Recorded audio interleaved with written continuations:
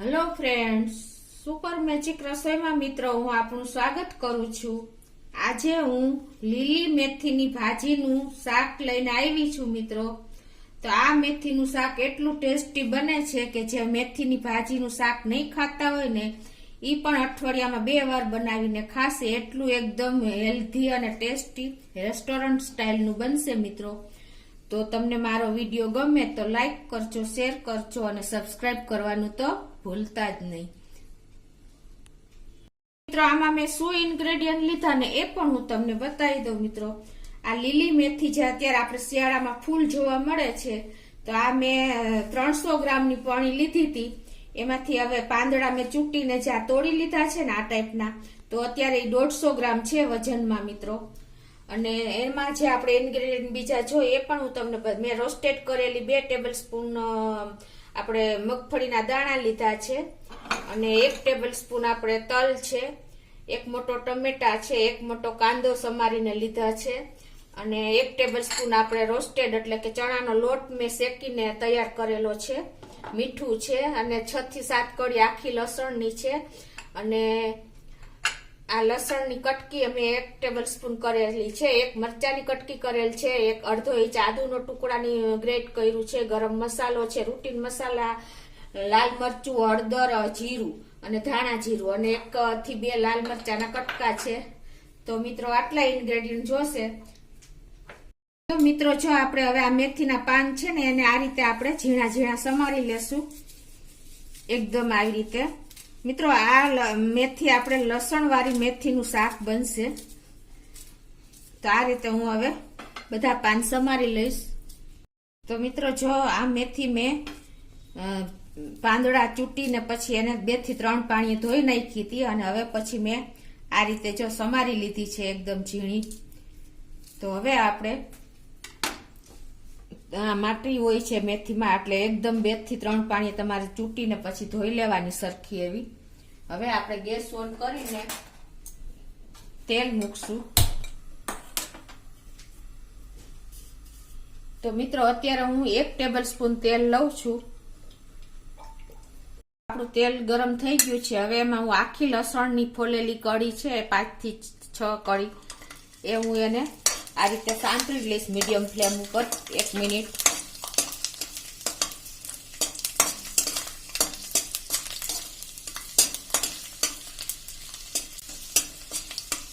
ગેસની flame medium જ રાખવાની છે। હવે આપણે જે આ મેથી સમારી છે લીલી મેથી, એને આપણે નાખી દેશું આમાં।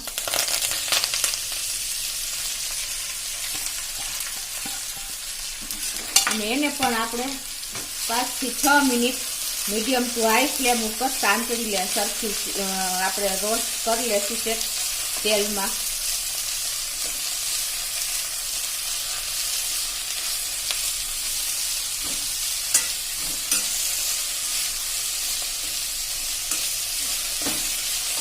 અને એમાં આપણે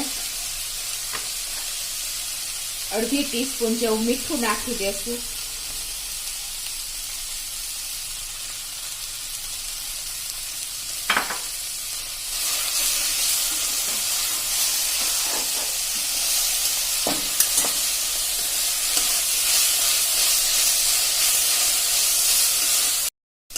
તો મિત્રો જો આપણે તેલમાં મેથી સાંતળી છે એને 4 થી 5 મિનિટ થઈ ગઈ છે, અને આપણી મેથી એકદમ જો ઓછી થઈ ગઈ છે, એટલે કે જે ક્વોન્ટિટી પ્રમાણે આપણે મેથી સાંતળીને એટલે એની ક્વોન્ટિટી સાવ તમે જોઈ શકો છો કે આટલી ચીકોડાઈ જાય ને એટલે સરસ ઓછી થઈ જાય। તો હવે આપણે ગેસની ફ્લેમ બંધ કરી દઈશું। આપણે જે આ બે માંડવીના દાણા રોસ્ટ કરીને છાલ ઉતારીને રાખ્યા છે એ 2 ટેબલ સ્પૂન આપણે લઈ લેશું, અને એમાં આપણે 1 ટેબલ સ્પૂન સફેદ તલ નાખશું, અને 1 ટેબલ સ્પૂન મેં તવા ઉપર ચણાનો લોટ શેકીને રાખ્યો છે એ લઈ લેશું, અને આમાં આપણે 2 ટેબલ સ્પૂન જેવું આપણે પાણી નાખી દેશું, અને આને આપણે એક સરસ પેસ્ટ બનાવી લેશું। તો મિત્રો જો આ રીતની આપણી સરસ પેસ્ટ તૈયાર થઈ જશે, તો જોઈ શકો છો આ પેસ્ટ આપણે મેથીના શાકમાં ઉમેરશું ને તો એકદમ રીચ ટેસ્ટ અને રેસ્ટોરન્ટ જેવો ટેસ્ટ આને હિસાબે મિત્રો આવે છે. તો આ ખાસ જરૂરી છે મિત્રો આ સ્ટેપ. જો આપણે આ મેથી જે સાંતળી હતી ને તેલમાં એ આપણે એક વાસણમાં લઈ લેશું. ગેસ ઓન કરીને પેનમાં 3 ટેબલ સ્પૂન જેવું તેલ મૂકશું.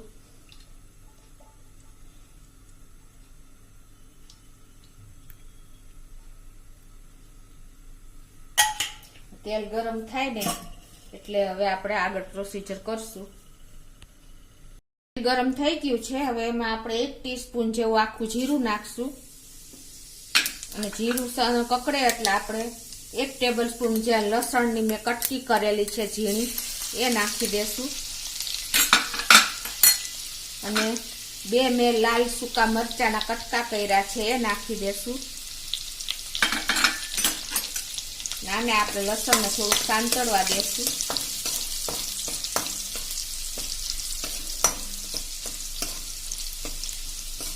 ગેસની ફ્લેમ મિત્રો આપણે એકદમ લો રાખશું.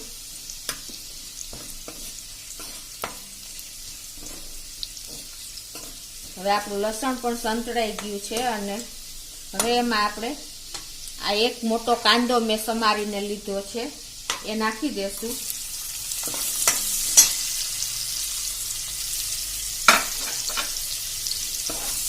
એને પણ આપણે લો ફ્લેમ ઉપર જ સાંતળશું.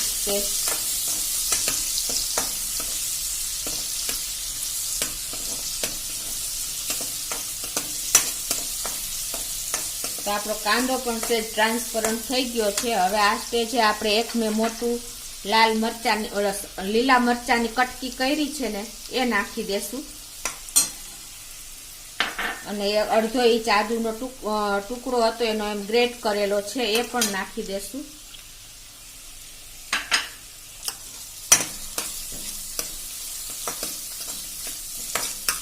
હવે એમાં મેં એક મોટું ટમેટું છે એને નાના પીસ કરી લીધા છે એ નાખી દેશું.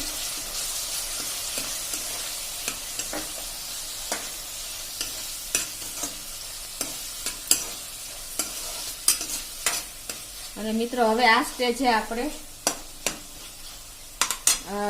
સોલ્ટ નાખી દેશું.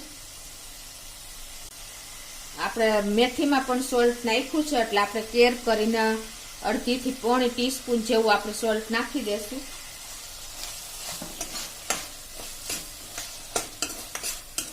ટેસ્ટ એકોર્ડિંગ તમે નાખી શકો છો.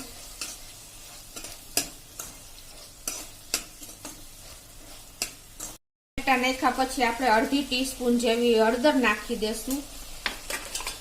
1 ટીસ્પૂન જેવું આપણે લાલ મરચું નાખશું અને 1 ટીસ્પૂન આપણે ગરમ મસાલો નાખશું અને 1/2 ટીસ્પૂન આપણે ધાણા જીરું પાવડર નાખશું.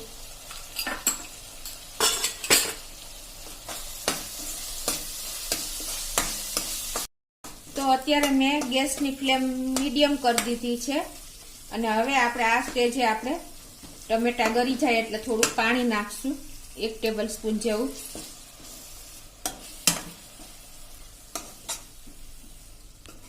હવે આને આપણે પાણી નાખ્યા પછી તેલ છૂટું પડે ને ત્યાં સુધી આને આપણે મીડિયમ ફ્લેમ ઉપર જ ચોળવશું.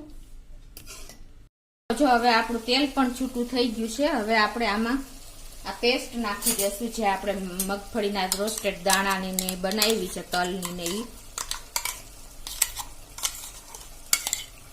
મિત્રો આ પેસ્ટ નાખવાથી એકદમ રીચ શાક આપણું બનશે અને આ શાક મેં એક વખત રેસ્ટોરન્ટમાં ગઈ ત્યારે મેં ખાધેલું છે તો એ મારો અનુભવ ઉપરથી જ હું બનાવું છું મિત્રો. એકદમ સરસ આ ગ્રેવીના હિસાબે આપણું શાક એકદમ પંજાબી જેવું ટેસ્ટી બનશે.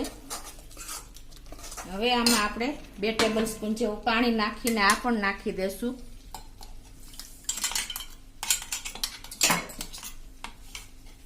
આપણે આ 2 ટેબલ સ્પૂન જેવું પાણી મેં જારમાં નાખીને લઈ લીધું છે એ પણ આપણે એડ કરી દેશું અને હવે આને આપણે લો ફ્લેમ ઉપર 5 થી 6 મિનિટ ઢાંકીને ખાવા દેશું અને વચ્ચે વચ્ચે થોડી થોડી વારે ચલાવતા રહેશું.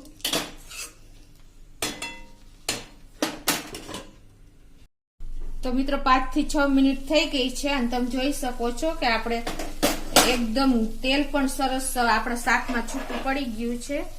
તો અને વચ્ચે વચ્ચે મેં તમને કીધું એમ હલાવતા રહેવાનું છે. હલાવ્યું હતું મેં. એટલે હવે એમાં આપણે જે આ મેથી જે આપણે તેલમાં સાંતળી છે 5 થી 6 મિનિટ એ હવે એડ કરી દેશું. અને હવે આ બધું આપણે મિક્સ કરી લેશું મિત્રો. આપણી મેથી પણ પકવેલી છે અને આપણી ગ્રેવી પણ તૈયાર છે. તો હવે આને જાજી વાર ન લાગે ખાતા. અત્યારે મને આ એકદમ આપણી આ સબ્જી સેજ ઘાટી લાગે છે. તો હવે એમાં આપણે અત્યારે 2 ટેબલ સ્પૂન જેવું ગરમ પાણી નાખી દેશું.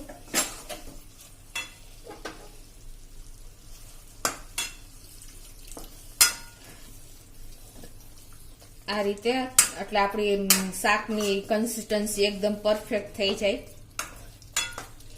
ચણાનો લોટ છે એટલે મિત્રો આપણું મગફળીના દાણા અને ચણાના લોટને હિસાબે આપણી સબ્જી એકદમ કઠણ થતી જાય છે. એટલે તમારે ગરમ કરીને જ પાણી નાખવાનું એટલે એનો ટેસ્ટમાં કોઈ ચેન્જીસ ન આવે. હવે મિત્રો આપણે આ શાકનો ટેસ્ટ એકદમ વધારે ડિલિશિયસ કરવા માટે તમારે 1 ચમચી ઘી પણ એડ કરી શકો છો. જો એડ કરવું હોય તો ઓપ્શનલ છે. તો હું આ સ્ટેજે હવે 1 ચમચી ઘી એડ કરું છું. તો હવે હું 1 ટેબલ સ્પૂન જેવું થીણું ઘી આપણે જે દેશી ઘી હોય એ નાખું છું. આનાથી મિત્રો આપણી સબ્જીનો ટેસ્ટ અનેક ગણો વધી જાય છે. મિત્રો આ સબ્જી તમે એકવાર બનાવશો ને તો અઠવાડિયામાં 2 થી 3 વાર આંગળા ચાટતા રહી જશો. એટલી ટેસ્ટી, હેલ્ધી અને એકદમ ડિલિશિયસ આ શાક બને છે મિત્રો. તમે જોઈ શકો છો અત્યારે આપણા શાકનું લુક કેટલું મસ્ત આવી ગયું છે. તો મિત્રો આ રીતે તમે ચોક્કસ ટ્રાય કરજો. પછી 1 જ મિનિટ મેં રાખ્યું એટલે તમે જોઈ શકો છો અત્યારે આપણું બધું તેલ ને ઘી છૂટું પડી ગયું છે. તો હવે આપણી સબ્જી રેડી છે. તો હું હવે એને સર્વ કરી દઈશ મિત્રો. આ રીતે